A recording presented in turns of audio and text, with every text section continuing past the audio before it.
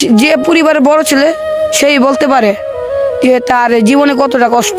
একটা মানুষ সর্বোচ্চ সবচেয়ে বেশি কষ্ট পায় নিজের আপনজন মানুষ থেকে। উল্টো তারাই আমাদেরকে নিয়ে হাসি ঠাট্টা করে। এই যে বলবো ওই বাড়ির ছেলে মাসে 5 লাখ টাকা কামাই, মাসে 50,000 কামাই, হয়তো বা 10,000 কামাই, বলবে তুই কি করছস। কিন্তু যে পরিবারের বড় ছেলে সেই বলতে পারে যে তার জীবনে কতটা কষ্ট। আমি চাকরিতে ফিরলাম, আমাকে একটু সমস্যা হয়েছিল, ওরা আমি বললাম, আমাকে বলে করতে পারে জায়গা।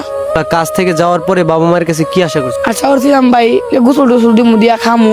আমি সব পড়লাম আগে, যে খাওয়া দাওয়ার আগে সব পড়লাম। পরে তারা বললো করতে পারি জায়গা। পরে আমি গোসল দিলাম, দিয়ে একটা কাপড় একটা প্যান্ট কিনলাম, পিন্ধার পরে আয়সা বললাম।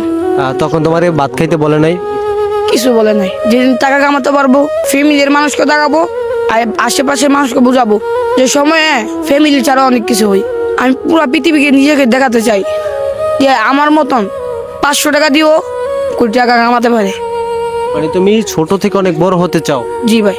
আচ্ছা, যখন বাড়ি থেকে রাস্তায় চলে আসলা, রাস্তায় আসার পরে রাস্তায় থাকতে কেমন কষ্ট হয়েছে তোমার? কত মানুষ বলে টুকাই, প্ল্যাটফর্মে ঘুমাইলাম, সকাল 5টা ভাই বাড়ি দেওয়া উঠাই দিল।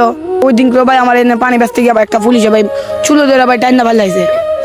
ওইখানে চুলো দেওয়া টান্ডা ফালছে, স্যার আমি যাইতা দিয়া। তারপর আমার 3টা বাড়ি দেয় বলে ও যে 300 টাকা দে আর না ক্যাশ লিয়ে যাবো। পরে আমি কই স্যার আমার কাছে তো টাকা নাই।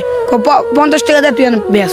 এগুলো আমি আশা করি না একজন সরকারি মানে চাকরিওয়ালা মানুষ যদি এইসব বলে, যাদের কাছটা আমরা উৎসাহ পাই যে তারা আমাদের একটু ব্যস্ত দিবে, হকার টকারকে হয়তো ব্যস্ত দেখ আর না দেখ বের করে দিবে, সমস্যা নাই। সরকারি জায়গা আমাদের মানতে হবে। আচ্ছা, এই কষ্টগুলো কখনো কি তুমি ভুলতে পারবা?